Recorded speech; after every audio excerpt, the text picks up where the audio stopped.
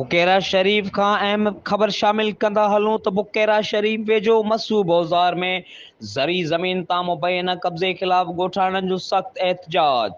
बुकेरा शरीफ वेझो ॻोठ मसू बाज़ार में ज़री ज़मीन ते मुबैना कब्ज़े ख़िलाफ़ ॻोठ उमेद अली बाज़ार जे ॻोठाणनि सत्तार लिगारी, अमीन लिगारी, अकबर अयाज़, साकिब लिगारी ऐं ॿिनि एहतजाज कंदे इल्ज़ाम हणंदे चयो आहे त असांजी ज़रई ज़मीन 8 एकड़ जेका असां गुज़िरियल केतिरनि ई सालनि खां पोखे रहिया आहियूं, जितां असां कणिक जो फसल पिणु पोखियो आहे, जॾहिं त असांजी ज़रई ज़मीन मां 1 एकड़ 8 जी गुंडनि ते कुझु वक़्त खां बासर दुर ख़ान, मोहम्मद बोज़दार, अकबर बोज़दार, दादन उर्फ़ इमदाद, अल्लाह ॾितो बोज़दार, वज़ीर उर्फ़ मिठू, शहबाज़ बोज़दार मुबैना तौर ज़रई ज़मीन ते हथियारबंदनि माण्हुनि सां गॾु कब्ज़ो करे हथियारबंद विहारे छॾिया आहिनि।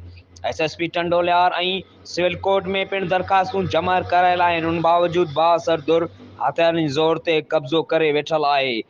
जॾहिं त असांजी सर्वे ज़मीन 1 एकड़ 9 गुंटनि ते अकबर बोज़दार घर ठाहे वेठल आहे। हुननि वॾे वज़ीर मुराद अली शाह IG सिंध खां मुतालबो कयो आहे त असांजी ज़रई ज़मीन तां कब्ज़ो ख़तमु कराए असांजी ज़मीन वापसि कराई वञे।